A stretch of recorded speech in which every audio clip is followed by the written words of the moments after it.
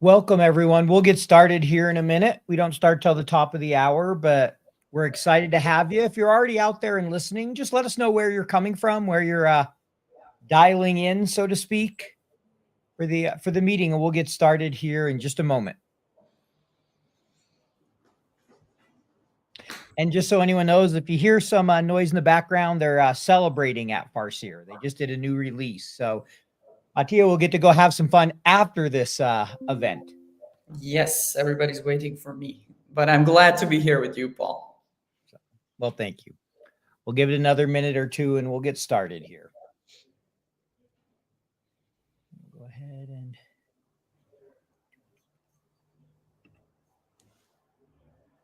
we're going to go ahead and kick off a little countdown that I like to do, and then we'll get this thing started. So here we go.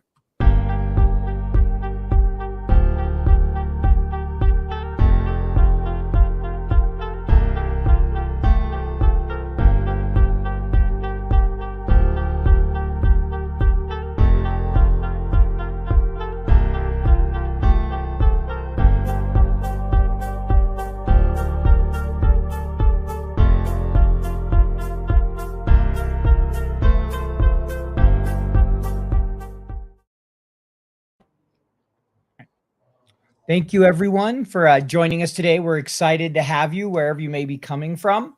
I'm super excited today to have the CEO and one of the co-founders of Farseer with me, and I'll give her the opportunity to start by introducing herself, telling you a little bit about herself. But before she does that, I just want to say a little bit about Farseer from my perspective. It was almost 2.5, 3 years ago now, I first learned about Farseer as they had reached out to me and did a demo. And some of the things I've enjoyed working with them. I love that we're seeing innovative technology and startups from the region they're from in Europe, being in Croatia there. That's one of my favorite places to go. I did a MBA course over in that part of the world. So it's always fun to get to meet people there. And it's a place I always keep saying I'm going to go back to. So I'm really excited to see Farseer's growth and to give you the opportunity to learn more about them today. So again, as we go through this, you're welcome to ask questions, and please let us know where you're coming from in the comments. Just let us know where you're located in the world and any questions you have. So I'll go ahead and turn it over to you to give an introduction, Mattia. Hi, Paul. Hi, everybody listening. My name is Matija Nakic. I'm the co-founder and CEO of Farseer, and Paul already did a great intro. But we are a SaaS for business planning, modeling, and analysis, and we belong to the third generation of FP&A or P&A tools, and we are very lucky to be on this journey and to try to change the way things are done in especially in the enterprise domain. Yeah, we're excited to watch it happen. We have one guest so far as let us know is coming from Budapest. So again, just let us know where you're coming from. So the first question we want to start with is, why did you start Farseer? You mentioned wanting to change the enterprise space, but tell us a little bit about how it came about, kind of that backstory. Sure. So Zrinko, one of the co-founders, and myself worked in a telco company together. And we were, young engineers, and we were both managing our own departments. And we did a lot of planning, forecasting, analysis, a lot of collaboration with other departments. And of course, it was all done in Excel. And it was a nightmare. And, as engineers, we couldn't believe that's the way things are still done, and this was more than 10 years ago. And the story started from Zrinko trying to solve our problem back then. And with time, we both left that company and went our own ways. But Zrinko started working on the very, very early version of Farseer, which was not even called like that at the time. And then the other two co-founders, Mate and Luca, joined. They're also computer engineers, and they had their own development agency.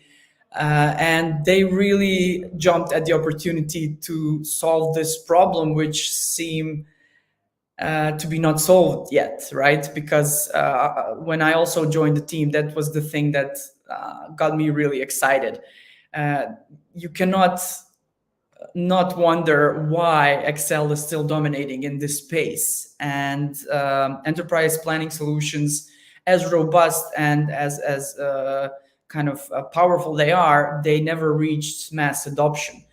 So we really saw this as an amazing challenge from an engineering perspective, but also from go-to-market perspective, right? So this is kind of the origin story of Farseer. Well, thank you for sharing that. And as we go through this again, if you have questions, feel free to put them in the chat. First question I'd like to ask is, you scaled the product, you've been at it several years now. What's been the biggest challenge of kind of scaling and creating an enterprise product? What's that big challenge you've run into? Data, heaps of data. I mean, we didn't really go the typical startup route. Our first customer was an enterprise customer, and Mm-hmm. we barely had an MVP at the time, and we thought that we're super clever. We had the spreadsheet and everything. We had the calculation engine in the back. We had the little BI module that was doing some things. We had, all the core components that we still have today, but every single line of code was rewritten compared to those times and now. But we immediately hit into the problem of performances and started developing our own in-memory database, because data is vast, even for SMEs today, and it just keeps growing. And this is, this is something that I'm really glad that we went against the grain, because normally the VC logic is first sell to other startups in the accelerator or incubator or in our portfolio, then start selling to SMEs, and then one day you will graduate to sell to enterprise. I'm really glad that we went against the grain, because it really made Farseer what it is today. We have built a world-class in-memory database called RamaDB, that serves as the modeling and calculation engine, and it can crunch tens of million cells in real time. So this was really the biggest challenge, and I think it will be a forever challenge, right? I think we will never be able to rest, lean back and say, okay, we're done here. So this is the most exciting part, developing the technology that can ingest all the data and give all the flexibility to the business users that they need.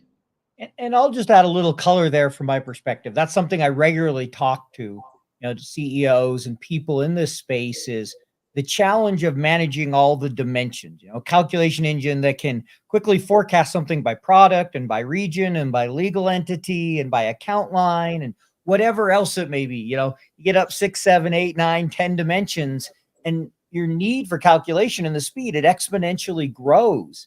And Exactly.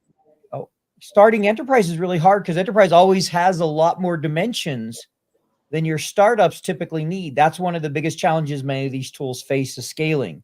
So anyone who's selected a tool or really dealt with the slowness, appreciate what Farseer has done here. It's a lot of work to create a calculation engine, especially from the beginning, that can handle large companies with lots of products. So that's exciting to see, because not many of the startups, like you said, have gone that route. Everybody kind of goes the more, like you mentioned, you sell to the startups, your friends and families, the incubator, you slowly start scaling. And one day you hope to get that enterprise customer and manage it. And you've kind of gone the opposite route. Maybe we just like pain. I don't know, but we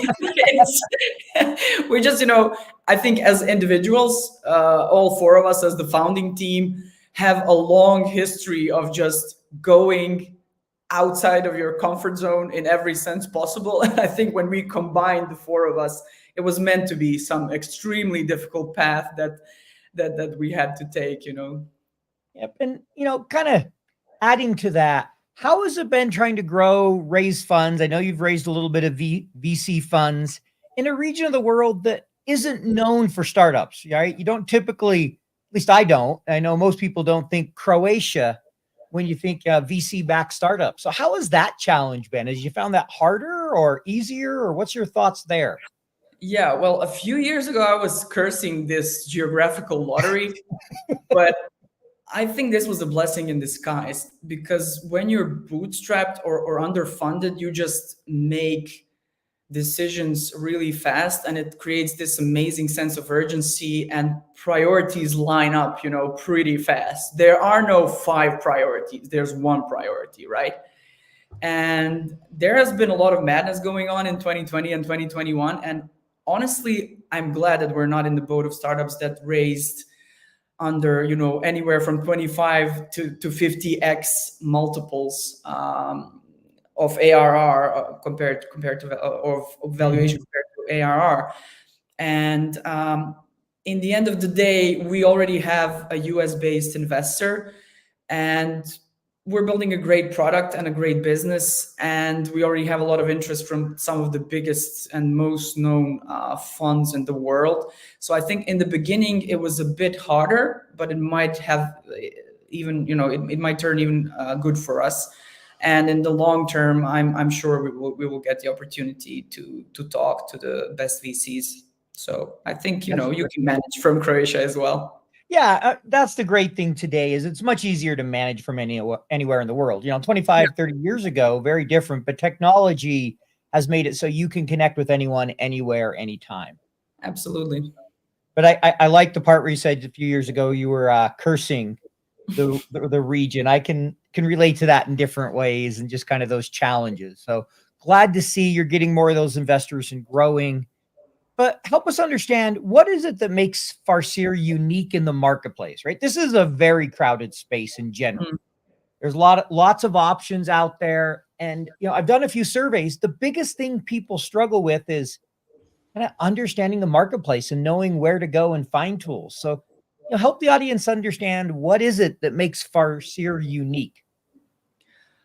Sure. We have basically three tenets of our product.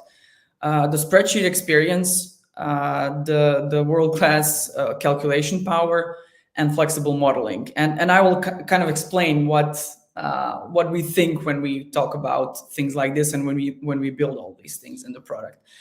Spreadsheets are the best way to work with a large amount of numbers, period. And Farseer really has the best user experience. At least we like to believe that, and our customers seem to agree. Because we're like a spreadsheet on steroids. And the reason why Excel dominates for 35 years plus is the spreadsheet UX. Mm-hmm. It has a lot of challenges, but the spreadsheet is definitely something that's ingrained in our brains. and this is something that we try to keep and eliminate all the negative sides, and of course amplify, right, to sprinkle it with some special modeling and planning magic. The second thing, the second tenet or the performance tenet is that we really learned that real world models are extremely complex and big, and they're just getting bigger all the time. And performance degradation is a universal constant, and you will hit it 100% of the time in bigger companies.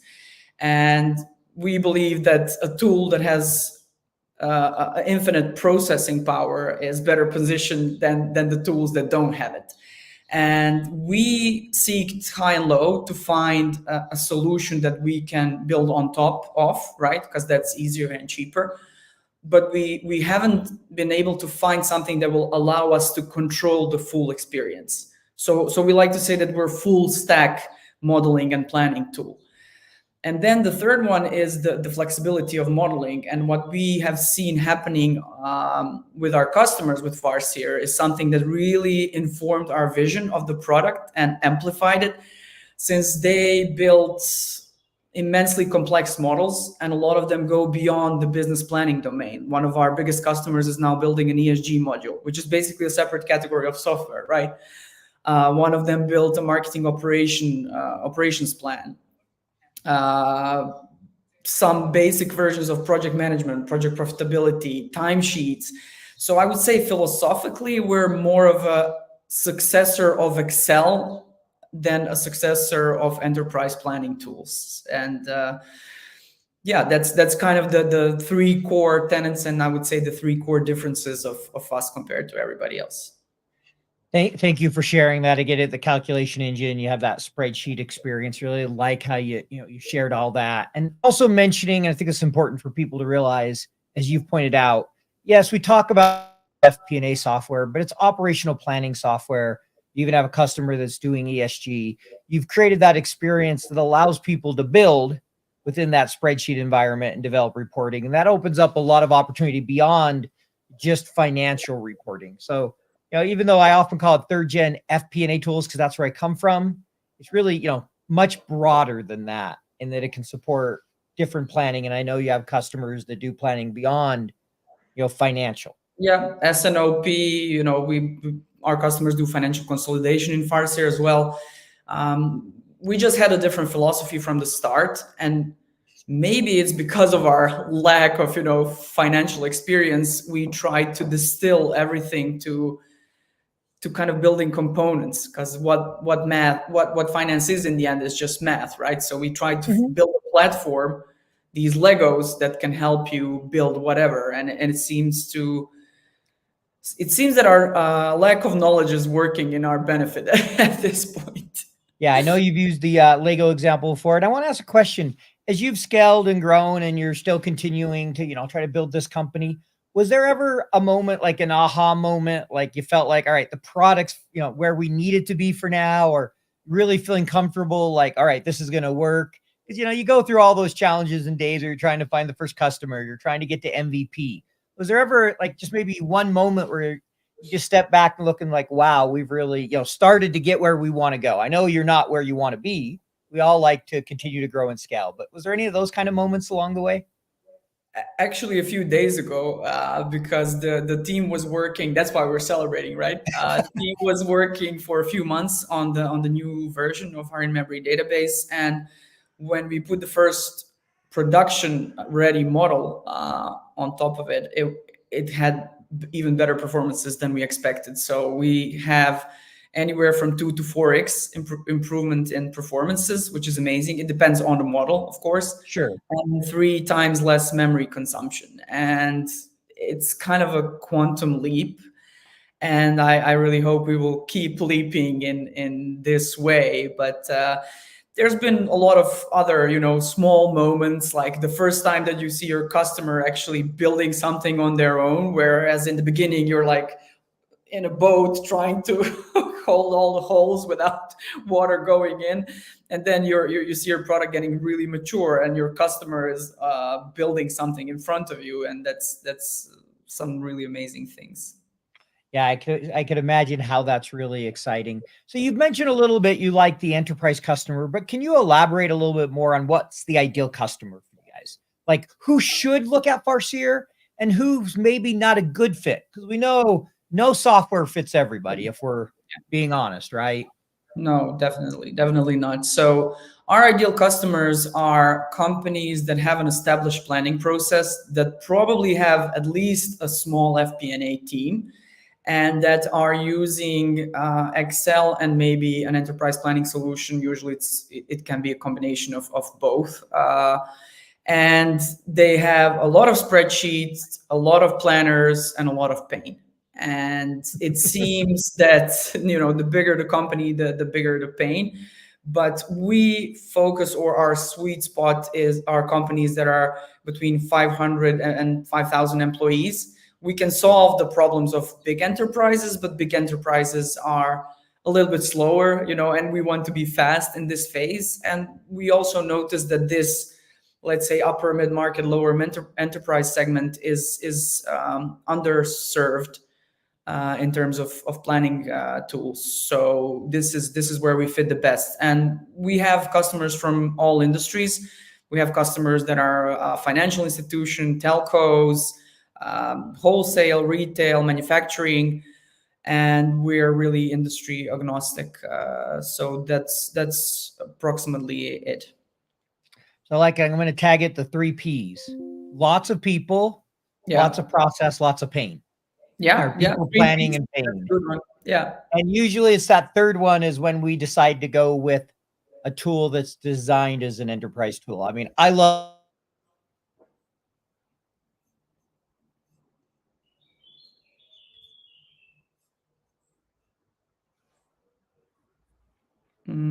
I lost you, Paul. Can you hear me now? Yeah, you're back. Yeah, it looks like sorry about that. Looks like we lost the stream for just a second there, but we're back. So I was gonna say, I think I can definitely appreciate that pain of Excel when you get to a certain size. Hmm. As I tell everybody, I don't use a planning tool as a business of one. I don't need one. Spreadsheet's No, great. I don't have the no. pain. I don't have the people. But Yeah, once and you get to a certain point, you need something more. yeah, and like you said, not every software is for somebody, right? And we had a lot of customers that, uh, well, a lot. We had, we have one per month or two per month that come in and like want to have a cool planning solution.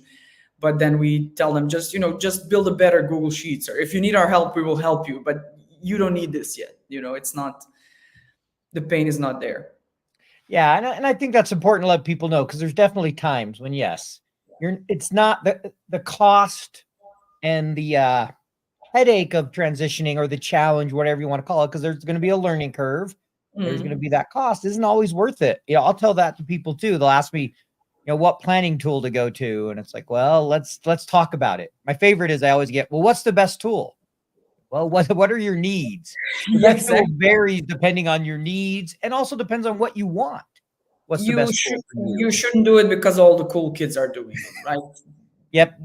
It has to serve a purpose. And speaking of that and the cool kids, it feels like the cool kid these days is AI, so to speak, right? All we hear about.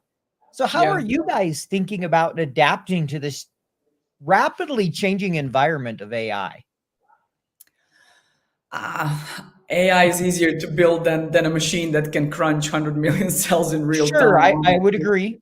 Yeah, our thoughts are a bit kind of stark on this. FP&A tools don't build AIs. If we were claiming that we do, it would be bollocks, right? OpenAI builds AI, and catching up with AI is not that difficult. You just need to figure out a good use case and use the standard, let's say, stock AI stuff. Um, we are already building some things in this domain, and I think you've seen our kind of Mhm. AI based Yep. modeler, and we're building an AI based explainer as well.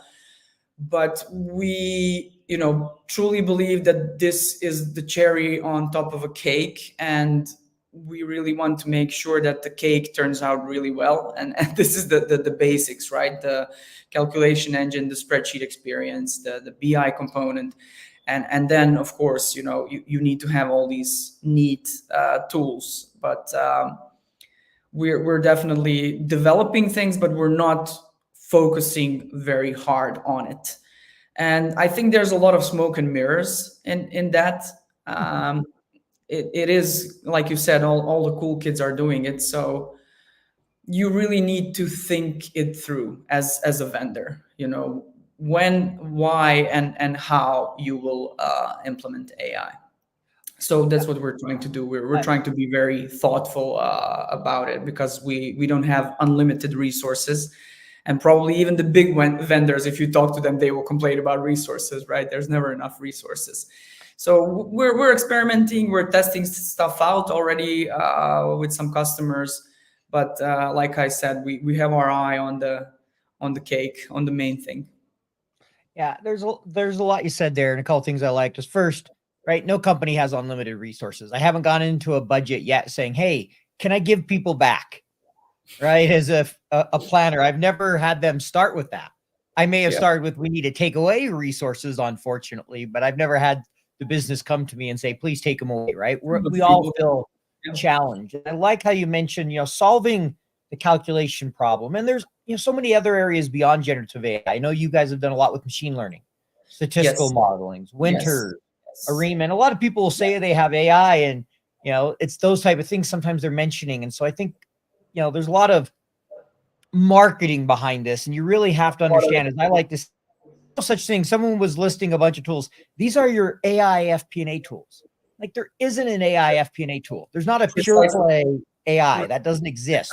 There are tools that do a good job of incorporating technology, of which AI and machine learning is one of those. But what's more important is, can they meet your business needs? Can they process what you need? Do they have the flexibility? And yes, if they lay in AI correctly, and I think will become more and more of how do you lay it in the overall product, that's great. But I'm with you. I think we share a similar vision. I'm sometimes take a step back when someone's like, it's just a full AI solution. What does that mean? I mean, LLMs are not precise enough for finance, and Agreed. use with caution. Use with caution, I would say. So that's maybe the final Yeah, message all on you it. got to do is look at some of the recent things Google's Gemini has said, not even related to finance, to know you got to be cautious. So tell me, I want to ask one question, then we'll come back to your vision and we'll wrap up here. But one thing you did that I thought was fun is your company, you created a monthly newsletter called Enterprise Punk. Not typically the name you see for a newsletter. How'd that come about? What do you share in it? What makes it different? Tell me about that. One of our investors, and he's a guy who did the whole founder journey of a very successful founded a very successful SaaS, and we were talking about some things, and we get quite philosophical in our conversations sometimes. And he said, like, guys, like what you're doing is you're trying to disrupt all these existing tools, and it's so punk, but it's still enterprise. And it's his term. So when we started our newsletter again, because we had a newsletter before, and it was kind of bland, right? Like the top FP&A to whatever, like Yep. we didn't find it interesting. So we thought probably nobody else finds it interesting either. It kind of drowns in the sea of all the same stuff. Everybody's writing about the same stuff. So we said, why don't we write about things that we are really passionate about, that we're really interested in? So, every 2 weeks, a couple of us, we get the task from the marketing, and a couple of us are handpicked to write a small article for the Enterprise Punk newsletter. And we just, hope that the passion resonates. And we write a lot about software, enterprise software, and how things are changing in AI as well. But we also write about some fun things like, books or movies or some icons that are a very good source of inspiration for modern business people. So yeah, that's Enterprise Punk. Great. I love it. And I know anyone can sign up for that. I know it's on your website.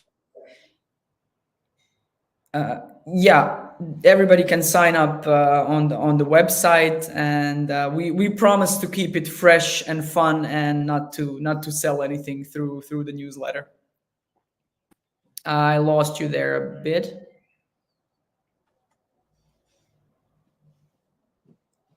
Paul, are you back? Sorry about that. I'm back here. We just lost you for a second there. Hopefully that doesn't happen again. The joys of technology. So you mentioned the Enterprise Punk, as I mentioned, anyone can find that on the website. But one question I want to ask you as we wrap up and let anyone know, please feel free to submit any questions out there that you have. You could also go to the website to learn more, sign up for their newsletter. If you registered for the demo days, their demo is still available on that site for 30 days after the event, so you can see a demo of the tool. But where I want to wrap up is, can you talk about the products, kind of your vision? What's that general vision for the go forward? What should people be thinking about for you in the future?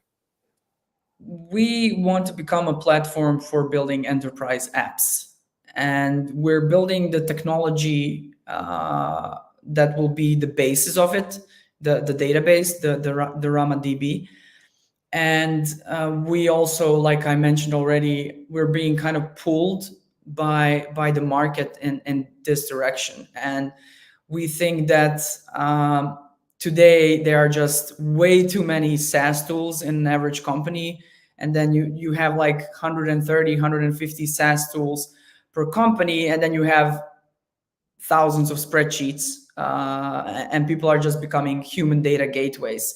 And we really want to make the life of any business person, basically not just finance people, easier, more streamlined, more automated, and have everything connected to really make Farseer as the single source of business truth, regardless if it's HR data, financial data, kind of accounting data, going even deeper from where we are now, and customers data and things like that. Because in the end, for your purposes, you need connection, right? You need everything to communicate together to be able to manage the processes and to get reports in time. So that's our vision, and this is of course a journey of 10,000 miles, but I think we have really great basis for it, and we have a great team and a really good product sense. So it's very exciting, you know, to wake up every day with this big vision and to keep working on it. Well, thank you for sharing that. I'm excited, and you know, I try to stay neutral in this marketplace, but I know there's a few tools I'm always rooting for, and you guys are one of them. I love what you're doing, so keep building, keep growing. I wish you and your team the best of luck at Farseer, and appreciate everybody who's attended. And if you want to know more, we've put those in the comments. There's the link to sign up for Enterprise Punk. There's a link there to go to the demo days. If you've registered, you can go in and see a recording of Farseer's demo, and you know, you can reach out to their team as well. And thank you so much for joining me. I really having the opportunity to chat with you today. Thank you, Paul, and thanks everybody for listening. Have a great day. Bye. Thanks.